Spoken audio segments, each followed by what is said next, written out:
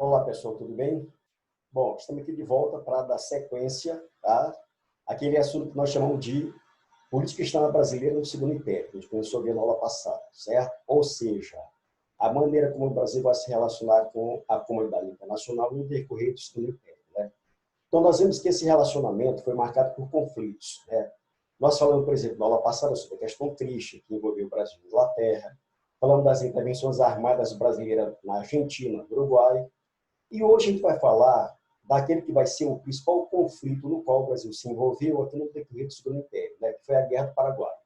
A Guerra do Paraguai é conhecida como o genocídio americano, né, que foi o conflito que mais matou pessoas aqui na América do Sul, certo? E ela vai transcorrer aqui entre 1164 e 1170, tá? Então é um conflito até hoje travado na América do Sul, certo? E envolveu Brasil, Argentina, Uruguai, contra o Paraguai, logicamente. Okay? Então, vamos trabalhar esse conflito que a gente vai chamar de Guerra do Paraguai. A gente vai começar desmistificando uma coisa que, por muito tempo, foi defendida pelos historiadores. Né? Por muito tempo se defendeu que a Guerra do Paraguai foi um conflito que esteve a serviço da Inglaterra. Tá? Então, teoricamente, o Paraguai estava se industrializando e essa industrialização paraguaia estava ameaçando a hegemonia econômica inglesa na América do Sul. Né? Lembrando que a Inglaterra abastecia o mercado sul-americano com seus produtos industrializados e comprava nossas matérias-primas, né? Então, supostamente, essa industrialização paraguaia estava incomodando os ingleses, que viam o Paraguai como se fosse um adversário, um concorrente na América do Sul. Só que essa ideia está ultrapassada. Logicamente que hoje não se considera mais isso, né? Por quê? Porque pesquisas recentes indicaram que, na realidade, o Paraguai não era toda essa potência industrial que se falava até então. O Paraguai estava começando a se industrializar, sim, mas, por incrível que pareça, essa industrialização era financiada pelos ingleses. Né? Os ingleses tinham muitos investimentos no Paraguai, então, ferrovias, e esses investimentos em indústrias. Então, se a Inglaterra tinha investimentos no Paraguai, é claro que ela não queria uma guerra. Né? Uma guerra só traria prejuízo para os ingleses na região. Ok? Então, essa ideia, ela hoje está totalmente descartada. Ok? Mas, se a Guerra do Paraguai não esteve a serviço do interesse britânico na região, o que é que vai motivar a ocorrência desse conflito? Certo? Bora ver, então, aqui quais os fatores determinantes, ou quais as causas que motivaram a Guerra do Paraguai. Ok? Muito bem. Então, a primeira causa foi exatamente isso aqui, ó, as pretensões expansionistas do ditador paraguaio Solano Lopes, que é exatamente esse rapaz aqui. Ó, tá?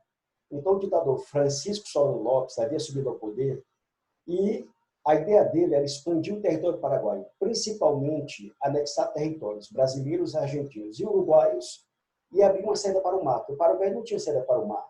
Logicamente que o fato do Paraguai não ter saída para o mar, isso prejudicava os seus interesses econômicos, principalmente suas exportações. Okay? E o ditador Solano Lopes queria abrir uma saída para o mar, certo? Então, essas pretensões expansionistas vai ser, sem dúvida alguma, uma das causas, né, que vai motivar a ocorrência da Guerra do Paraguai. Outra questão aqui, inclusive de encontro à primeira, é a disputa por área de fronteiras. Então, olha só, gente, nesse momento, essas nações sul-americanas, então, Brasil, Argentina, Uruguai, Paraguai, elas estão em fase de consolidação das suas fronteiras. Então, havia muita cobiça de um em relação ao território do outro, né?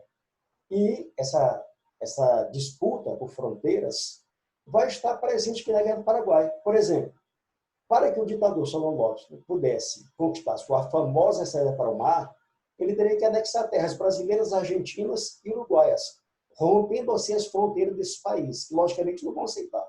E vão se mobilizar na defesa dessas fronteiras. Ok? Muito bem. Uma outra causa que você pode indicar como sendo fator determinante da Guerra do Paraguai é o próprio imperialismo brasileiro na América do Sul. Lembrando, o que é imperialismo? Imperialismo é o domínio de uma nação sobre a outra. Né? Pode ser o domínio econômico, pode ser o domínio cultural, certo? Ou até mesmo militar. Ora, o Brasil é a maior potência da América do Sul. Maior país em termos territoriais, maior país em termos econômicos.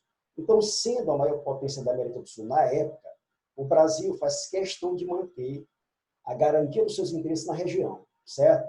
Então, toda vez que tiver o poder em algum dos países vizinhos, algum governante que era contrário ao interesse brasileiro, o que o governo brasileiro fazia? Como ele procedia? Invadia esse país, derrubava esse governante rival e colocava um aliado no poder que pudesse concordar com os nossos interesses na região. É exatamente o que vai acontecer aqui mais uma vez, né? Então, nessa guerra, o Brasil exerce o seu imperialismo, deixando bem claro quem é que manda aqui na América do Sul, ok? Muito bem. Outra coisa, gente, é a formação da Tríplice Aliança, né? Ora, essas pretensões expansionistas do ditador Solano Lopes, elas logicamente ameaçavam não só o Brasil, mas também a Argentina e o Uruguai, né? Uma vez que ele também queria conquistar territórios desses países. Então, o que eles fizeram? Formaram a chamada Tríplice Aliança, uma aliança militar, para se defender contra o interesse paraguaio na região. Alguns historiadores falam que essa Tríplice Aliança tinha um apoio britânico. Ora, gente, na realidade isso aqui é discutível. Se havia esse apoio britânico, era só com a finalidade de vender equipamentos para esses países, ok? Porque, como nós vimos anteriormente, a Guerra do Paraguai, ela não é por interesse inglês, porque a Inglaterra tinha investimentos no Paraguai, né? E essa guerra poderia, inclusive, provocar prejuízo para os ingleses, tá? Então, esse apoio aqui é discutível, tá? Se há algum apoio, é exatamente na intenção de, com a finalidade de lucrar, abastecendo esses países com equipamentos que a Inglaterra tinha para fornecer. Inclusive, ela fornecia até para o próprio Paraguai, certo? Muito bem. E nós temos aqui a causa imediata, que vai motivar a ocorrência da guerra, que é a prisão do navio brasileiro Marquês de Olinda. Esse navio subiu o Rio Paraguai, levando para aquele país, né? Aliás, levando para Mato Grosso, que é vizinho do Paraguai, né? O Rio Paraguai está ali no meio, separando Mato Grosso do Paraguai.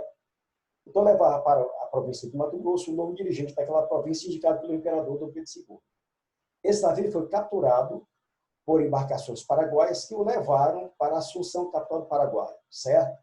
Então, o Brasil considerou esse episódio uma afronta e, diante disso, o Brasil, então, declara guerra ao Paraguai, certo? Então, aqui nós temos o conjunto geral dos fatores ou das causas que teriam motivado a ocorrência da Guerra do Paraguai, ok? Bom, então, bora ver como é que esse conflito vai se desenvolver. Vamos lá, certo? Olha só, quem vai tomar a iniciativa da guerra é o Paraguai. Afinal de contas, o Paraguai já estava preparado para esse conflito, né? Assim que o ditador paraguaio Solano Lopes subiu ao poder, ele investiu na formação de um exército, na formação de uma marinha que atuava ali no Rio Paraguai e seus afluentes. Então, o Paraguai já está pronto para essa guerra, certo? E é exatamente o Paraguai que vai tomar a iniciativa da guerra, atacando em 3 frentes. Ataca ao mesmo tempo o Brasil, a Argentina e o Uruguai, certo? E obteve, logicamente, nessa fase inicial, grandes vitórias, certo? A Tríplice Aliança não estava preparada para essa guerra, em especial o Brasil. Então, tiveram que montar os seus exércitos às pressas. Por exemplo, o exército brasileiro era formado cerca de 70% de escravos. Tá? Por que isso? Porque vinha convocação para todo mundo, mas quem mandasse 12 escravos em seu lugar estaria dispensado do serviço militar obrigatório, certo? Havia ainda 20% de nordestinos. Por quê? Porque como a escravidão está em decadência aqui no Nordeste, né, não tinham as pessoas que não tinham como enviar 12 escravos em seu lugar. Então, acabavam sendo capturados à força e enviados para lutar lá na frente de batalha como voluntários da pátria, certo? Muito bem. E os demais países também não eram diferentes, né? Tinha um exército com deficiência de armamentos, sem treinamento adequado. Então, isso explica por que o Paraguai vai ter vitórias nessa fase inicial do conflito, né? Só que as ações paraguaias logo serão contidas pela Tríplice Aliança, tá? O exército paraguaio, mais bem preparado, mais bem treinado, chegou a obter vitórias significativas, como, por exemplo, na Batalha de Curupaiti. Nessa batalha, cerca de entre 4 a 9 mil soldados da Tríplice Aliança morreram em combate, certo? Só que essa investida paraguaia ela vai ser contida quando a Marinha Brasileira obteve grande vitória sobre a Marinha Paraguaia na chamada Batalha Naval do Riachuelo. Essa vitória brasileira foi muito importante, porque era através do Rio Paraguai e seus afluentes que a Marinha Paraguaia conduzia soldados e, principalmente, garantia o abastecimento dos mesmos, né? E agora, não podendo mais fazer isso, praticamente as tropas paraguaias vão ficar bloqueadas, sem abastecimento, certo? Uma outra vitória significativa da Tríplice Aliança foi a conquista da fortaleza de Humaitá, que era a principal fortaleza de defesa do Paraguai, né? Então, a conquista dessa fortaleza em Humaitá por tropas da Tríplice Aliança, capitaneadas por tropas brasileiras, abriu o caminho para que a Tríplice Aliança invadisse o Paraguai, certo? Muito bem.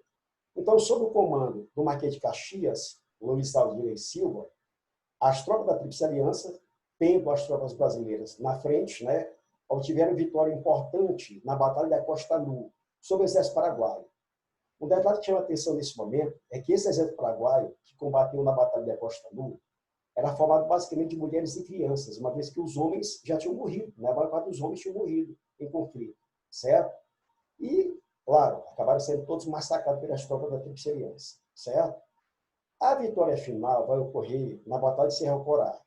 Então, nessa batalha, as tropas da Tríplice Aliança foram comandadas pelo Conde Deu, ou o senhor Gastão de Orleans, né? Que era marido da princesa Isabel, genro do imperador Dom Pedro II. Então, nessa batalha, Solano Lopes foi derrotado por seu exército, inclusive Solano Lopes foi assassinado por soldados brasileiros. Tá? Então, você tem aqui vitória da Tríplice Aliança, consequentemente, você tem vitória brasileira na guerra. Ok? Muito bem. Mas olha só, gente. Mais importante do que o desenvolvimento dessa guerra são as consequências que essa guerra vai gerar para aqueles que participaram da mesma, certo? E para a própria América do Sul, de maneira geral. Então, bora ver aqui algumas dessas consequências, certo? Primeiro aqui, ó, você tem a dizimação da população paraguaia. Ora, pessoal, a população paraguaia diminui drasticamente. Por quê? Porque a maior parte dos homens, né, em idade militar morreram em conflito, certo? Morreram em combate. E muitas mulheres, crianças também morreram durante a guerra. Então, você tem uma diminuição muito grande da população paraguaia, né? Por exemplo, costuma-se dizer que pelo menos 70% dos homens paraguaios, da população masculina, teria morrido na guerra, né? Há quem fale até 95%, ok? Muito bem. Outra coisa que você tem aqui é a privatização das terras paraguaias. É claro que alguém vai ter que pagar as dívidas de guerra, e quem paga é quem perde, logicamente. Então, grande parte das terras paraguaias foram leiloadas para se captar recursos para pagar indenizações aos vencedores, certo? Muito bem. Outra coisa aqui, você tem o fim da ditadura de Francisco Solano Lopes, né? E logo após a guerra é considerado o maior bandido da história do Paraguai. Entretanto, né, de lá para cá as coisas mudaram. E hoje ele é considerado um patriota, né? Se você for ao Paraguai, você vai ver estátua de Solano Lopes espalhada por todo o país, né? É um grande patriota, um grande líder, né? Que defendeu os interesses paraguaios na época da guerra, ok? Muito bem. Outra coisa aqui é o crescimento da dívida externa brasileira. Gente, o Brasil vai ter que adquirir equipamentos, alimentos. Logicamente, isso aí vai ser adquirido junto aos ingleses, né? E vai contribuir para que a nossa dívida externa crescesse em um ritmo acelerado durante a Guerra do Paraguai, certo? Agora, tem duas coisas importantíssimas aqui que a gente tem que ver. Por exemplo, olha só. A expansão das leis republicanas no Brasil. Dos países que participaram da guerra, gente, só o Brasil era monarquia, todos os demais eram repúblicas. Então, nossos militares entraram em contato com as leis republicanas e gostaram, né? Perceberam, por exemplo, que a república é uma forma de governo mais participativa, né? Ela aproxima mais o governante do cidadão, né? Inclusive, permite ao cidadão fiscalizar mais de perto as ações do governante. Então, gostaram da ideia, trouxeram para o Brasil, fundaram aqui no Brasil um clube chamado Clube Republicano, e esse clube republicano, posteriormente, vai se transformar em Partido Republicano, né? Que era formado aí pelos militares, pelas camadas médias urbanas e os cafeicultores paulistas, certo? Que eram setores que eram contrários à monarquia. Muito bem. Esse partido cresceu tanto que, em 1889, acabou dando aquele golpe de 15 de novembro de 1889, que derrubou a monarquia e estabeleceu a república no Brasil, que dura até os dias atuais. Okay? E nós temos também, pessoal, o chamado crescimento do movimento abolicionista no Brasil. Ora, não esqueça que a maior parte do exército brasileiro era formado de negros, né? A gente falou ainda agora em 70% do exército brasileiro composto de escravos, né? Foi prometido a esses escravos que, caso o Brasil saísse vencedor, eles seriam libertos. Isso, porém, não se concretizou na prática. Então, o que vai ocorrer é que, com o término da guerra, as camadas médias urbanas, no caso, médicos, advogados, jornalistas, poetas, escritores, intelectuais, comerciantes e os próprios militares, eles se engajaram na campanha abolicionista, exigindo do governo leis que pudessem favorecer aos escravos do Brasil, certo? Então, além da pressão externa exercida pela Inglaterra, que há muito tempo queria acabar com a escravidão no Brasil, né, a fim de entrar no seu mercado consumidor, certo? Você tem agora a pressão interna, né, onde as camadas médias urbanas estão se mobilizando e exigindo do governo brasileiro leis em favor do escravo. E essas pressões acabaram dando certo, né? Tanto é que em 1871 você tem a lei do ventre livre, né, que libertava os escravos nascidos a partir daquele ano. Em 1885 você tem a lei do sexagenário, que vai libertar os escravos a partir de 60 anos de idade. E, finalmente, você tem, em 1888, a Lei Áurea, né, que institui em caráter definitivo a escravidão negra no Brasil. Ok? Muito bem. Então, essas aqui são as principais consequências que a Guerra do Paraguai gerou para aqueles que participaram da mesma. Certo? Então, vamos ficar por aqui por hoje. Na próxima aula, a gente vai dar sequência a esse assunto. Beleza? Sequência ao Segundo Império, trabalhando mais um assunto referente ao período. Beleza? Então, um abraço. Até a próxima.